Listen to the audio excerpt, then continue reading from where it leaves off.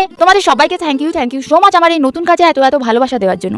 আমার মাথায় এই জিনিসটা অনেকদিন আগে এসেছিল, কিন্তু এই সমস্ত জিনিসপত্র একত্রিত করা বিশেষ করে আমার ক্ষেত্রে ইজি নয়, যেহেতু আমি গ্রামে থাকি। এটা থেকে যতটা ইজি মনে হয় ততটাও ইজি নয়, এটাতেও অনেক প্র্যাকটিসের প্রয়োজন। এর কালার ইন্ডিয়াতে পাওয়া যায় নাকি সত্যি আমি জানি না, আমায় তো বানাতে হয়েছে। আর এই কালার বানানো ও তার সমস্ত ইনগ্রিডিয়েন্ট খুঁজে আনা এবং সঠিক মেজারমেন্টে মেশানো সো হার্ড। এই কালারটা বানানোর সময় আমি এতই ভয় পেয়েছিলাম কি আর বলি। একটা সময় ভেবেছিলাম ব্লাস্ট না হয়ে যায়। সত্যি কালার বানাতে যে এত কেমিক্যাল ব্যবহার করতে হয় এবং তার যে স্মেল, ও মাই গড, মারাত্মক লেভেলের। যাই হোক, শুরুতে আমি র্যান্ডম প্র্যাকটিস করেছি যতক্ষণ না আমার মনের মতো ভাবে হচ্ছিল। তারপরে অনেক পরিশ্রমের পর আমি এই কাজটা চালু করতে পেরেছি। আসলে ক্লায়েন্টরা আমার হাতের কাজকে পছন্দ করে, আর আমিও এই কাজটাতেও আমার হাতের কাজের মতোই ফিনিশিং চাই। ব্লক প্রিন্টের ক্ষেত্রে সবার প্রথমে আমাদের কি করতে হবে, আধ থেকে 1 ঘন্টা আগে অবশ্যই কাঠের যে ব্লকগুলো হয় ওইগুলোকে সুন্দরভাবে নর্মাল ওয়াটারে ভিজিয়ে রেখে দিতে হবে।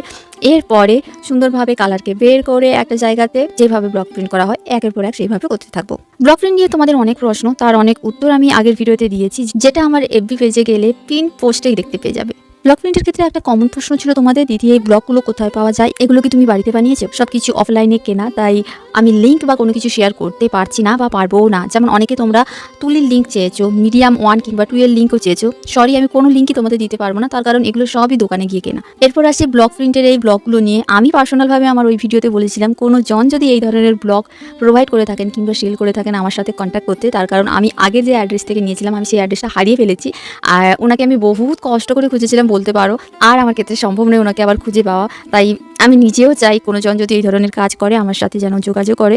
আর একটা বিষয় বলছিল যে দিদি তোমার ব্লক প্রিন্টগুলো এত সুন্দর হয়, আমাদের কেন হয় না? আগের ভিডিওতেও আমি বলেছিলাম আমি ব্লক প্রিন্টগুলো করার সময় একবার দিয়ে করি না, কিন্তু মানে আমি 2 বার করে কাপড়ের ওপর ব্লকগুলোকে প্রেস করি, তো এই জন্য ডিজাইনটা ফোটে এবং এত সুন্দর লাগে। এক্ষেত্রে একটা কথা বলবো যে এই 2 বার একটা জিনিসকে বসানো এটা কিন্তু খুব টাফ একটা বিষয়। সামনে যে ডিজাইনটা আছে ওটা পুরোটা নষ্ট হয়ে যাবে, তো এক্ষেত্রে তোমাকে অবশ্যই দক্ষ হতে হবে। আমাদের সমস্ত কিছু নিজেদেরই বানানো বলতে পারো, সে ধুতি বানানো হোক, পাঞ্জাবি বানানো হোক, সেক্ষেত্রে আমাকে যত পারফেক্ট মাপ দিতে পারবে আমি তত পারফেক্টভাবে জিনিসগুলোকে বানিয়ে এনে কাজ করতে পারবো। তোমাদের এই ধুতিটা কেমন লেগেছে জানিও। দেখা হচ্ছে কালকে।